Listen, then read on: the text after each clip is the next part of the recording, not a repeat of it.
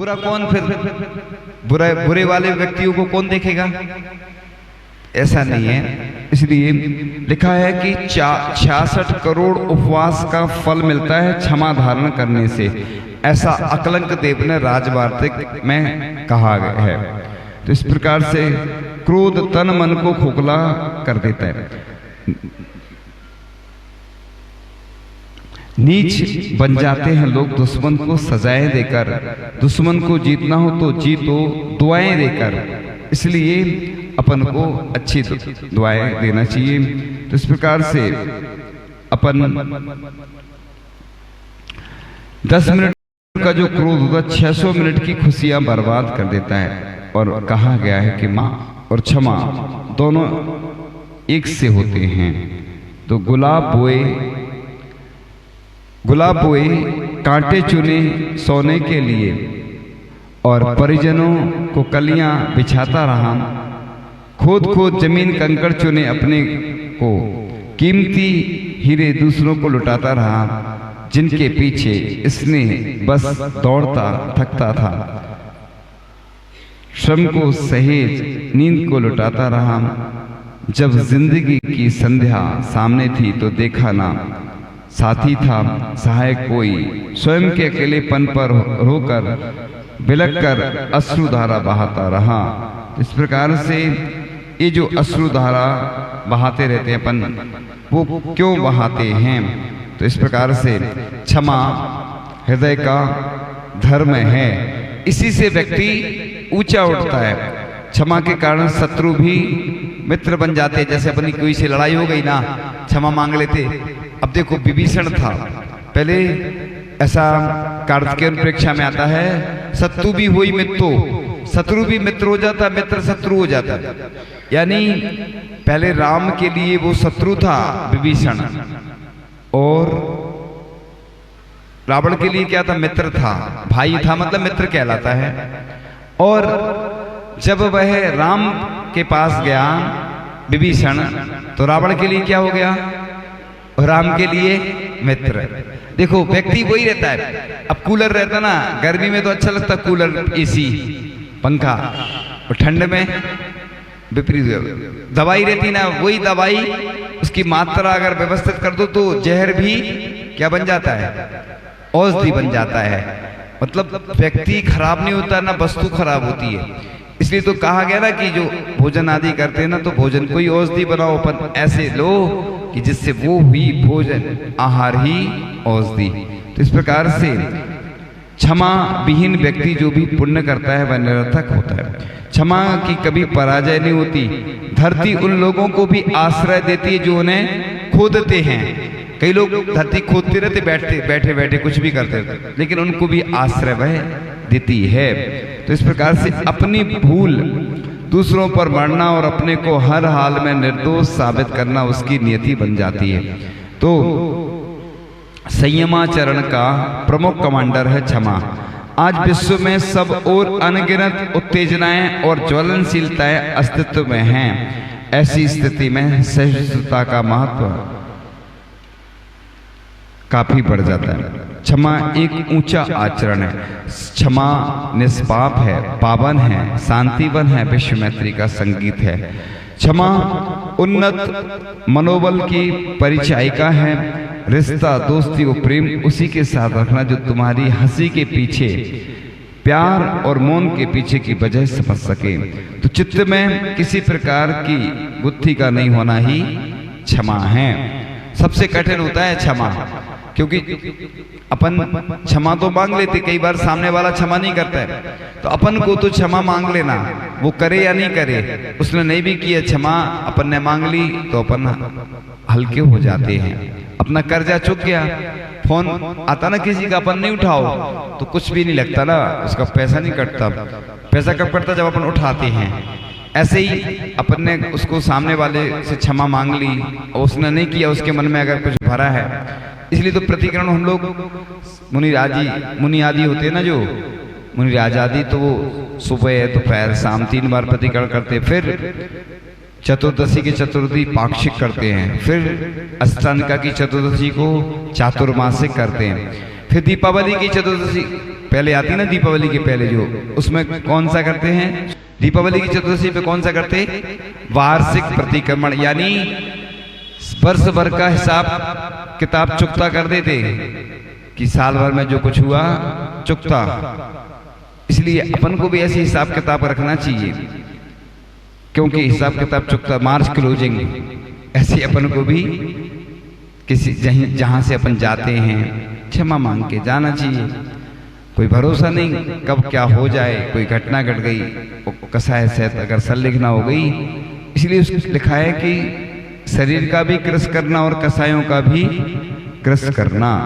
इस प्रकार से 10 मिनट का क्रोध कितने मिनट की खुशियां बर्बाद कर देता है।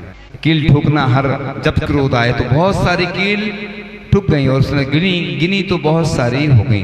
तो इस प्रकार से अपने जीवन में हम क्षमा को धारण करें और क्षमा मांगते रहें। सबसे अच्छा नैनो प्रतिक्रमण है ओम नमः, सबसे क्षमा, सबको क्षमा, सुखी रहें सभी आत्मा, सभी बने परमात्मा।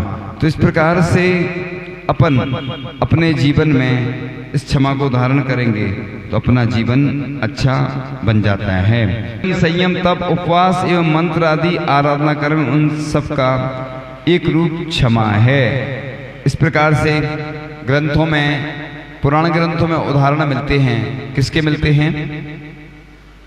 ये पार्श्वनाथ भगवान कपट ने कितने भाव तक उपसर किया? 10 भाव तक, लेकिन पार्श्वनाथ भगवान क्या करते गए? क्षमा करते गए। महावीर स्वामी, सज्जन मुनि, शिवभूति मुनि, गुरुदत्त मुनि आदि ने क्रोध को जीतकर क्षमा धारी। तो क्रोध का अभाव क्षमा है। क्षमा पृथ्वी के समान होती है, सहनशील, सद्व्यवहार और मौन से अवगुणों को निष्फल कर गुणों को अवधारण करती है।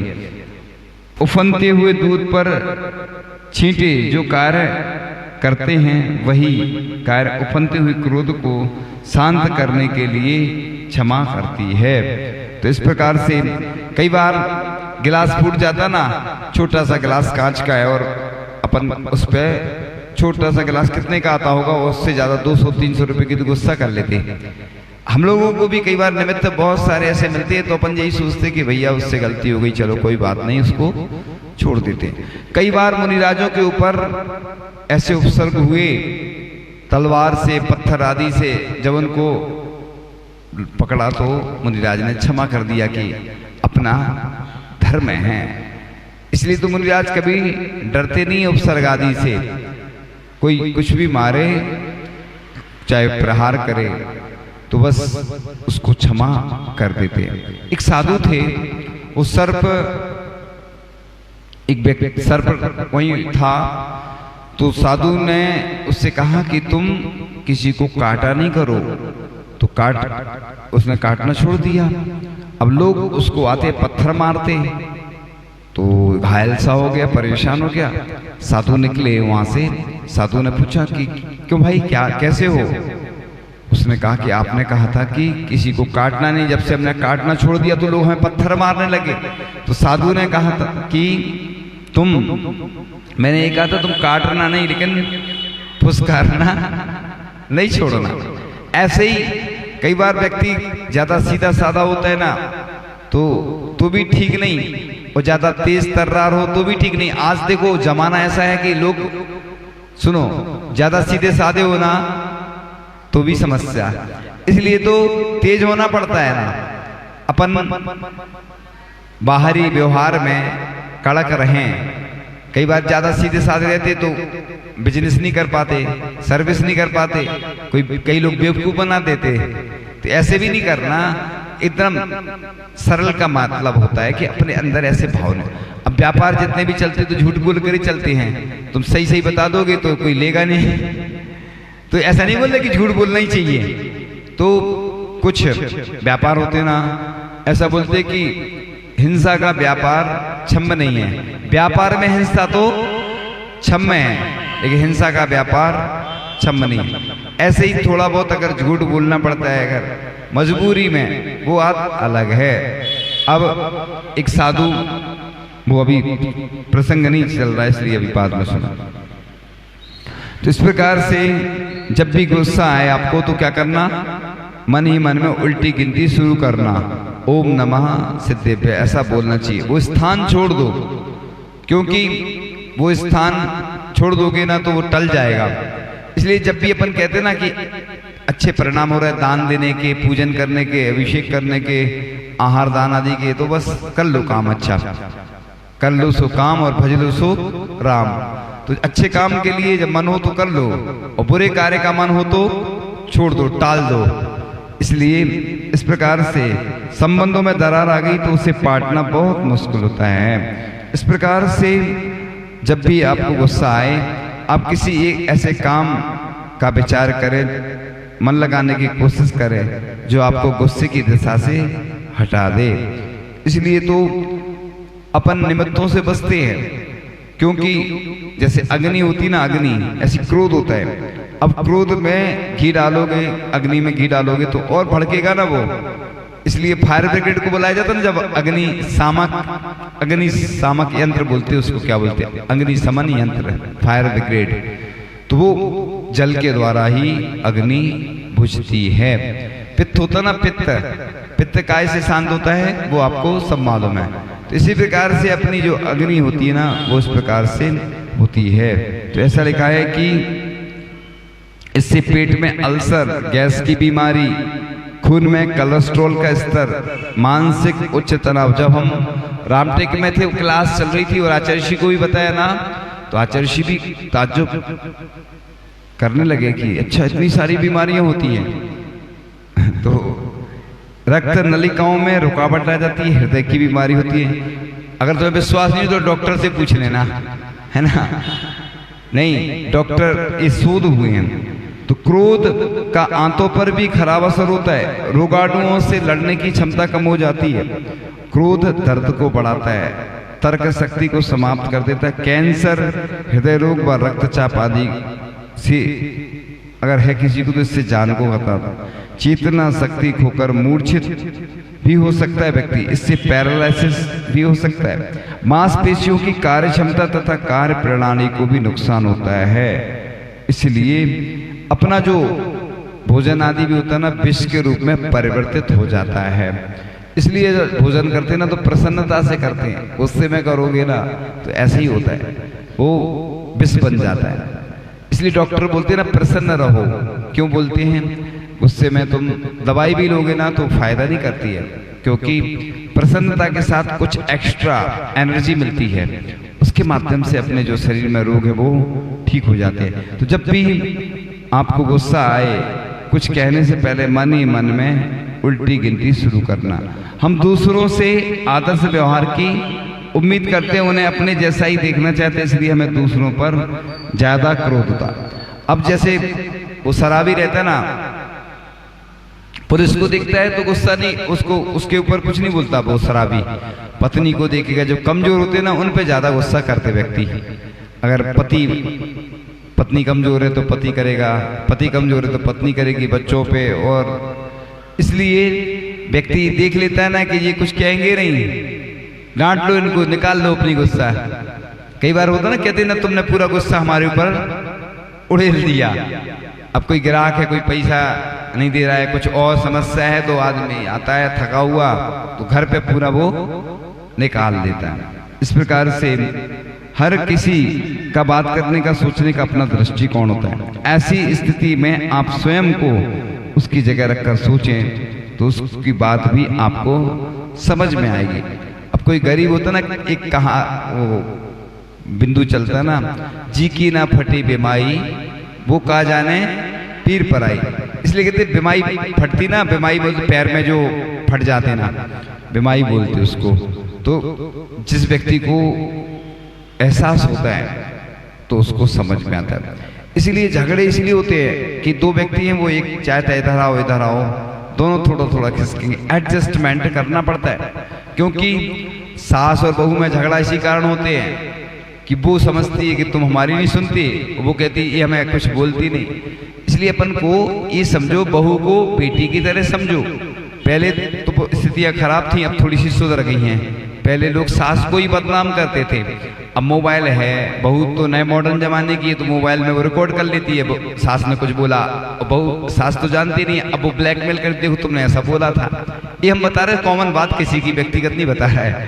तो अब आजकल बहुत सावधानी रखना चाहिए। देखो सामने हर जगह कैमरे लगे थे, मोबाइल में ऐसे सिस्टम है, कभी भी किसी से बात करो तो रिकॉर्ड कर सकता, वो आपको ब्लैकमेल कर सकता। कोई भी आप कहीं भी कुछ भी कर रहे हैं ना, तो सब रिकॉर्ड हो रहा है। पहले तो इतनी सारी सुविधाएं नहीं थी, इसलिए अब सावधानी रखने की आवश्यकता। किसी से कुछ भी बोलो ना, गुस्से में कुछ भी बोलो तो कहीं भी कोई जेब में रखे हो मोबाइल और रिकॉर्ड कर सकता। आजकल रिकॉर्डिंग का सिस्टम रहता है, ऐसी वीडियो बना लेते हैं लोग, फिर ब्लैकमेल करते हैं। इसलिए अपन को शांति भी रहना है और निमित्तों से भी बचना है, क्योंकि निमित्त तो पल पल मिलते रहते हैं, कोई भरोसा नहीं। इस प्रकार से हर व्यक्ति में कुछ ना कुछ कमी जरूर होती है। अपन कभी भी किसी गरीब को देखो, भिखारी को देखो, अपन सोचते हैं भिखारी आया है तो इसको पैसे देंगे तो ये शराब पिएगा, इसको आटा देंगे तो वो बेच देगा, भोजन कराओ ना उसको, वहीं बिठा के यही खा लो, उसका कोई नियम थोड़ी रहता है। खिला दो तो बेचेगा नहीं फिर। हाँ तो सुनो, तो वो शराब पीते ना, ऐसा सुना है। तो इसलिए अपन को नहीं, अपन को तो अपना कर्तव्य करना। जैसे गाय को अपना जन्मदिन आदि होता है तो गौग्रास खिलाते हैं ना, इसी प्रकार से लिखा है। अब वो लोग, उनको कुछ नशा आदि करना है तो उसको नशे से तो रोक नहीं सकते, लेकिन अपन को तो दया करना है ना, अपना कर्तव्य है कि कोई गरीब है। इसलिए मैं हमेशा बोलता हूँ ना कि समाज में एक ऐसे फंड की व्यवस्था होनी चाहिए कि गरीबों के लिए वो पूरी जानकारी कर लो ना उनकी। कई लोग दान करते तो हॉस्पिटल में डायरेक्ट करते जिसमें तुम कुछ गड़बड़ नहीं कर पाओ।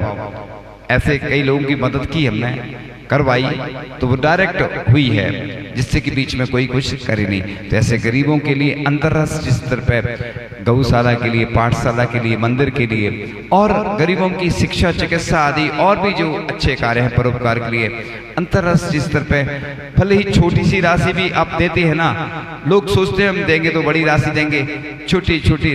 अगर व्यक्ति 1 रुपये देता है और 1 करोड़ लोग 1-1 रुपये देंगे तो कितना हो जाएगा, कितना हो जाए, 1 करोड़ रुपये हो जाएगा। मतलब फंड थोड़ा थोड़ा भी करते हैं ना तो इकट्ठा हो जाता है। तो इस प्रकार से क्रोध को आप लोग जीत कर अपने जीवन को क्षमा धारण करें। तो वो कहानी चल रही थी कि उस लड़की ने जो कील ठोकती थी लकड़ी के उस पे पटिए पे, तो बस